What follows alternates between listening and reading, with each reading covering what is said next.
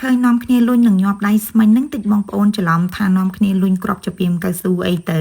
មែនទេណាបងប្អូននេះគឺជាបង្អែមនំអ៊ីដែលមាន7ពណ៌និង7រសជាតិហើយទម្រាំតែធ្វើបានចេញបង្អែមខ្ជិះខ្ជូតមួយឆ្នាំងនេះនិយាយពីថាអូយម្នាក់ធ្វើតាំងពីថ្ងៃរះរហូតដល់ថ្ងៃលិចទៅវិញទម្រាំតែបានញ៉ាំនិយាយទៅចាប់ផ្ដើមធ្វើបង្អែមនំអ៊ីនឹងដូចខ្ទង់ម៉ោងមិន10ថ្ងៃហើយធ្វើឆ្អិនបានញ៉ាំនឹងខ្ទង់ម៉ោង6ល្ងាចដល់ថ្នាក់បងប្អូនប្រុសនេះខ្ញុំគេកវីក្បាលថាអូយទម្រាំតបានញ៉ាំចាយឲ្យឡើងថ្ងៃលិចទៅវិញនាងខ្ញុំធ្វើបង្អែមនំអ៊ី5ពណ៌5រសជាតិនេះគឺជាលើកទី2ហើយលើកទី1គឺធ្វើម្នាក់ឯងអូនិយាយពីថាដាក់ឡើងបែកញើសលហាហ្មងក៏ប៉ុន្តែធ្វើលើកទី2នេះគឺមានគ្នាដល់ទៅ3នាក់បានពូចុងភៅបានបងប្រុសនាងខ្ញុំគេជួយធ្វើ3នាក់ប៉ុណ្ណឹងហើយឡើង3 4 5ម៉ោងទម្រាំតបានញ៉ាំទៀតហើយគ្រឿងផ្សំដែលនាងខ្ញុំប្រើធ្វើបង្អែមនំអ៊ី5ពណ៌5រសជាតិហ្នឹងគឺយើងប្រើគ្រឿងធម្មជាតិទាំងអស់អត់មានដាក់លាក់ដាក់ពណ៌អីទេចឹងមានល្ពៅមានត្រាវមានដលងមានស្លឹកតើយផ្លែសកានៀតែពេលដែលយើងធ្វើហ្នឹងគឺអត់ទាន់ទិញបានផ្លែសកានៀទេដោយសាររកទិញអត់បានអត់មានអ្នកលក់បន្លែក៏កាត់មកទេហ៎ចឹងគិតថាបើសិនជាទិញផ្លែសកានៀអត់បានទេគឺយើងដាក់តែ4មុខ4រសជាតិហ្នឹងទេតែចៃដន្យអីចាពូនាងខ្ញុំគាត់ត្រឡប់មកពីលក់បន្លែវិញសួរគាត់ថាមានផ្លែសកានៀអត់គាត់ថាមានទិញមកផ្លែមកធ្វើថែមទៀតនិយាយទៅដោយសារយើងធ្វើរៀងច្រើនពណ៌ដែរចឹងទៅវាយូរហើយនេះដលងត្រាវល្ពៅបន្ទាប់ពីយើងចិតសបកលាងទឹកស្អាតហើយយើងក៏កាត់ជាដុំដាក់វាចំហុយបែបហ្នឹងទៅបើសិនជាបងប្អូនមានឆ្នាំងឡាំងសឹងចំហុយប្រហែលជាស្រួលជាងនាងខ្ញុំតែក្នុងផ្ទះនាងខ្ញុំអត់មានដែរក៏ប៉ុន្តែយកទៅចំហុយអីនៅបន្ទប់កពៅទៅភ្លេចយកមកវិញចំណែកឯស្លឹកតើយនេះគឺយើងកាត់វាជាកង់ខ្លីៗបែបហ្នឹងទៅបន្ទាប់មកទៀតយើងក្លុកវានឹងម៉ាស៊ីនទឹកក្លុកតាំងពីដឹងថាមានម៉ាស៊ីនទឹកក្លុកអាចក្លុកគ្រឿងក្លុកអីទាំងអស់ហ្នឹងបាននិយាយថាប្អូននាងខ្ញុំខ្ជិល9ហើយថាអូនអើយយកត្បាល់មកបុកមកគឺថាចែបុកធ្វើអីមានម៉ាស៊ីនក្លុកហើយដោតទៅដូចក្លុកត្រិលទៅរួចបាត់ឯងអង្គុយបុកមួយតម្រាំទៅហើយយូរអញ្ចឹងក្លុកវិញលឿនជាងហើយនេះយើងក្លុកហើយយើងក៏ដាក់ត្រង់នឹងត្រង់ដងបែបហ្នឹងគឺយើងត្រង់យកតែទឹកថ្លាវាទេកាគឺយើងចោលបន្ទាប់មកទៀតយើងចាប់ផ្ដើមមកពូតដងរបស់យើងដងធំនេះគឺនេះខ្ញុំប្រើឡើង2ផ្លែសាច់ដងឡើងក្រាស់ហើយដងយើងឡើងឈ្ងុយហ្មងដាក់ខ្ទិះកាន់តែច្រើនគឺកាន់តែឆ្ងាញ់យើងពូតវាគឺយើងយកខ្ទិះដើមផងនិងខ្ទិះចុងផងពូតខ្ទិះដងហើយពូនាងខ្ញុំគាត់មកពីលក់បន្លែល្មមស្រ័យសួរគាត់ពូមានផ្លែសកានេះលក់អត់គាត់ថាមានយកអាផ្លែក្រហមគាត់ថានឹងឯងក្រហមមកចឹងទិញមួយផ្លែមកផ្លែហ្នឹងគឺយើងអត់ដាក់ទាំងអស់ទេយើងដាក់តែមួយចង្ហៀងទេយកពណ៌តាណាមិនអស់និយាយថាពណ៌សកានេះហ្នឹងគឺស្រស់ជាងគេឡើងក្រហមដិតហ្មងណាចឹងចាត់វាដុំដាក់ចូលម៉ាស៊ីនទឹកក្លុកទៀតហើយចាដាក់ទឹកចូលបន្តិចបន្ទាប់មកទៀតយើងចុចត្រអញ្ចឹងទៅបានទឹកសកានេះឡើងក្រហមឆ្អិនឆ្អៅអូយតំណងខ្លាំងណាស់បងប្អូនហើយនាងខ្ញុំចង់ធ្វើ7ពណ៌7រសជាតិដែរតែនៅឃើញថាអូយចាតែ5ពណ៌នេះខ្ញុំធ្វើលើកមុនឡើងទៅតន្តតម្រាំតែ7ពណ៌ទៀតហើយធ្វើហ្នឹងគឺមិនមែនញ៉ាំតែអ្នកផ្ទះគ្នាឯងទេមានពូមីងអីដែលយើងធ្វើចែកទៀតអញ្ចឹងណាចឹងហើយបានយើងធ្វើច្រើនបើសិនជាយើងធ្វើតិចវាលឿនទេតែនេះដោយសារយើងលោភលន់ដែរដូចបងប្អូនឃើញអញ្ចឹងចាត្រាវដលងអីហ្នឹងគឺឡើងមួយចានហើយយើងលាយម្សៅលាយអីទៀតចឹងពូតចេញជំនុំអ៊ីហ្នឹងមកក៏មិនតិចដែរល្ពៅដលងត្រាវបន្ទាប់ពីយើងចំហុយវាឆ្អិនល្មមហើយយើងចាប់ផ្ដើមយកវាមកញិចនឹងស្លាបព្រាបែបនេះល្ពៅមិញនឹងខ្ញុំញិចឆ្វាច់ទៅរូដល់ទៅពេលត្រាវនឹងដលងនេះដាក់ទៅឡើងតឹងផ្អឹសហ្មងណាប្រើតែស្លាបព្រាធ្វើបែបហ្នឹងគឺវាអត់ម៉ត់ផង់ទេវានៅកករៀងដុំបានន័យថាកន្លែងខ្លះបែកកន្លែងខ្លះបែកអញ្ចឹងណាបើល្ពៅគឺស្រួលទេដាក់ទៅម៉ត់ផង់ល្អហ្មងតែដល់ទៅពេលត្រាវនិងដលងតតែយើងប្រើកត្រងដូងធ្វើវាបែបនេះទៀតបានវាចេញសាច់មកម៉ត់ល្អ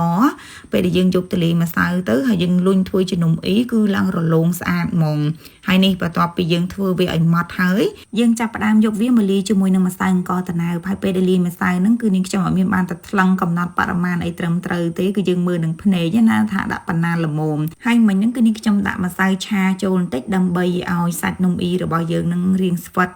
ហើយយើងក៏លុញច្បាច់វាចាមួតវាធ្វើម៉េចឲ្យឡើងរលោងបែបនេះកំពុងតំណំគ្នាលាយម្សៅស្រាប់តែដាក់ភ្នែកឃើញទូកអ្នកសង្កែគាត់មានដូងខ្ចីលក់សួរគាត់ថាពូមានដូងខ្ចីណាដែលមានសាច់អាចកោសសាច់បានអត់គាត់ថាមានអញ្ចឹងទៅក៏យើងទិញ3ផ្លែមកហើយថែមចេកកំពងមួយស្និតទៀតចា3ផ្លែហ្នឹងអស់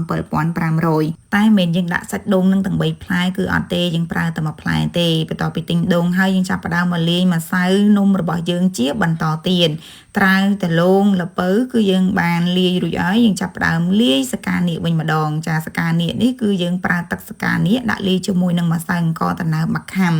ចាពេលដែលយើងលាយជាមួយនឹងស្លឹកតើយហើយនឹងទឹកសកានៀកហ្នឹងគឺយើងថ្លឹងអង្ករដាក់មួយមុខម្ខាំតបមកយើងដាក់ទឹកសកានៀកទឹកស្លឹកតើយនឹងចូលយើងក៏ច្បល់ច្បាច់វាមើលថាឲ្យល្មមគឺអូខេហើយចាបន្ទាប់ពីយើងច្បល់ច្បាច់ម្សៅឡើងសាច់ដុំម្នាក់ហើយយើងចូលដល់វគ្គលុញវិញម្ដងហើយពេលដែលលុញហ្នឹងគឺមិនមែនលឿនទេណាបងប្អូនម្សៅ4-5ដុំ4-5ពណ៌ហ្នឹងរៀងធំដែរពេលដែលលុញម្សៅហ្នឹងដំបូងឡើយគឺលុញតែនាងខ្ញុំនឹងពូចុងភៅទេប៉ុន្តែពូចុងភៅគេថាអូនហើយមើលទៅដូចមិនស្រួលមិនលឿនទេហៅរតនៈមកជួយលុញមកហើយបងអូននាងខ្ញុំចាំកាលទៀតគេឃើញអញ្ចឹងគេសប្បាយគេហួសសប្បាយលេងគេថាលុញដូចក្របជំរាមកស៊ូអញ្ចឹងបន្ទាប់ពីយើងលុញហើយយើងក៏ចាប់ផ្ដើមដាំទឹកក្តៅឲ្យពុះហើយយើងក៏ដាក់ស្ងោរសាច់នំរបស់យើងនំអ៊ីយើងហ្នឹងណាហើយពេលដែលដួសដាក់ហ្នឹងបងអូនប្រុសនាងខ្ញុំហ្នឹងគេទៅដើមដួសទៀតនិយាយទៅដោយសារតែមើលទៅវាខ្ជូតហើយវាគួរឲ្យចង់លេងហើយពេលដែលធ្វើឆ្អិនហើយក៏អត់ចង់ហ៊ានញ៉ាំទៀតដោយសារតែវាខ្ជូតពេកយើងដាក់ស្ងោរនំអ៊ីនៅក្នុងទឹកក្តៅហ្នឹងទាល់តែវាឡើងដែតបែបនេះបញ្ជាក់ថានំអ៊ីរបស់យើងគឺវាឆ្អិនល្អហើយពេលដែលស្ងោរឆ្អិនចេះគឺវារីកមាឌជាងមុនមើលទៅឡើងធំទលុចលុញតែនៅពេលដែលយើងដួសវាចេញពីទឹកក្តៅយកវាទៅដាក់ត្រាំនឹងទឹកត្រជាក់នេះគឺវាចាប់ផ្ដើមរួមមាឌទៅវិញនិយាយទៅពេលដែលត្រូវក្តៅរីកមាឌពេលដែលត្រូវត្រជាក់វារួមមាឌនេះបងប្អូនឲ្យឡើងលលោងល្អហ្មងនំអ៊ីហ្នឹងបើសិនជាពេលដែលយើងច្បាច់ម្សៅយើងច្បាច់វាអត់ហាប់អត់ណែនឬក៏យើងលាយម្សៅអត់ត្រូវទេយើងលុញវាយកមកដាក់ស្ងោរអាចនឹងប្រេះប៉ុន្តែនេះគឺថាអត់មានប្រេះទេបងប្អូនឲ្យឡើងលងស្រិលហ្មងគ្រឿងក្រៅយើងបានត្រៀមរួចរាល់អស់ហើយឥឡូវយើងចាប់ផ្ដើមធ្វើជាដំបូងគឺយើងដាក់ដាំខ្ទិះចុងរបស់យើងហើយនឹងខ្ញុំមូស្លឹកតើយដាក់ចូលនៅក្នុងនឹង2-3ស្លឹកដើម្បីឲ្យបង្អែមរបស់យើងកាន់តែមានក្លិនឈ្ងុយ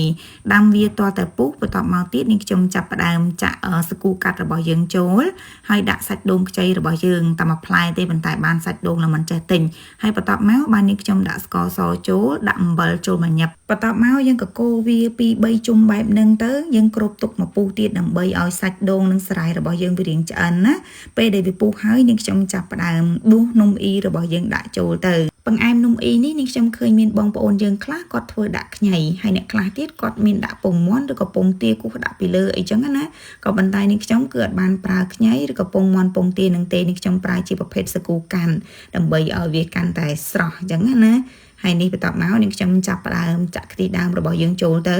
ពេលដែលយើងដាក់ខ្ទិះដើមចូលទឹកបង្អែមនំអ៊ីរបស់យើងនឹងគឺឡើងខាប់ហើយឡើងឈ្ងុយហ្មងយើងគ្របទុករហូតដល់វាពុះបានហើយបងប្អូនយើងអត់ត្រូវការចំណាយពេលយូរទេដោយសារតែនំអ៊ីរបស់យើងគឺយើងបានស្ងោរឆ្អិនវាម្សាទៅហើយបង្អែមនំអ៊ី5ពណ៌5រសជាតិហ្នឹងសម្រាប់រសជាតិស្លឹកតើយហើយនិងរសជាតិសកានៀកហ្នឹងសាច់ម្សៅវារៀងស្វិតជាងគេនិយាយទៅស្វិតដូច